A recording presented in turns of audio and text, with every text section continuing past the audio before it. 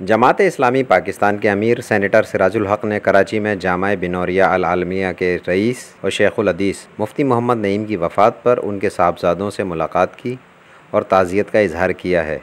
Senator Sirajul हक ने कहा कि मुफ्ती मोहम्मद नईम आलम इस्लाम के अजीम सपूत और जय्यद आलिम दीन थे। उनकी ये दरसगाह रुश्द व हिदायत का मरकज़ है। उन्होंने मुफ्ती मोहम्मद नईम की मग़फ़िरत और दराजात की बुलंदी के लिए दुआ भी की। इस मौके पर जमात इस्लामी कराची के अमीर हाफिज़ नईमुर रहमान और दूसरे रहनुमा भी मौजूद थे। बाद में मीडिया से बात करते हुए उन्होंने कहा कि मुफ्ती मोहम्मद नईम रहमतुल्लाह अलैह की वफ़ात से पाकिस्तान और उम्मत मुस्लिमा एक कायद से महरूम हो गई है।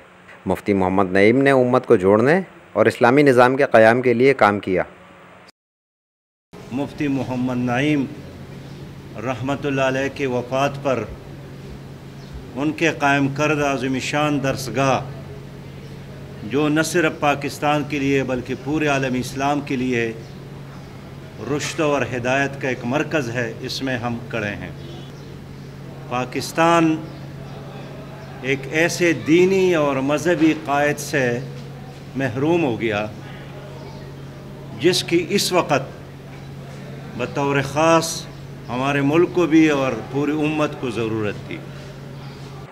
जमात इस्लामी पाकिस्तान के अमीर सिराजुल हक ने कहा कि कराची में बिजली की लोड शेडिंग, ट्रांसपोर्ट की अदम दस्तयाबी, इंफ्रास्ट्रक्चर की तबाही और साफ़ पीने के पानी के मसाइल ने लोगों की ज़िंदगी मुश्किल में डाली हुई है।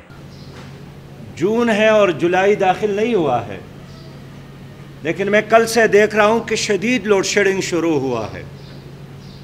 तो इस हुकूमत ने भी और गुज़श्ता हुकूमतों ने तो यही ऐलानात किए थे कि लोड शेडिंग को हमने हमेशा के लिए ख़त्म किया, लेकिन पाकिस्तान का सबसे बड़ा शहर जिसकी आबादी 2 करोड़ से ज़्यादा है, उस शहर में लोड शेडिंग का होना बायस शर्म है। अमीर जमात इस्लामी का कहना था कि हुकूमत ने 4 माह से मदारिस बंद किए हुए हैं, उन्हें खोलने का कोई लाहे अमल होना चाहिए। सिराजुल हक ने कहा कि इस फरसूदा निज़ाम में फ़लाह नहीं, आवाम की निजात सिर्फ़ इस्लाम के निज़ाम में ही है।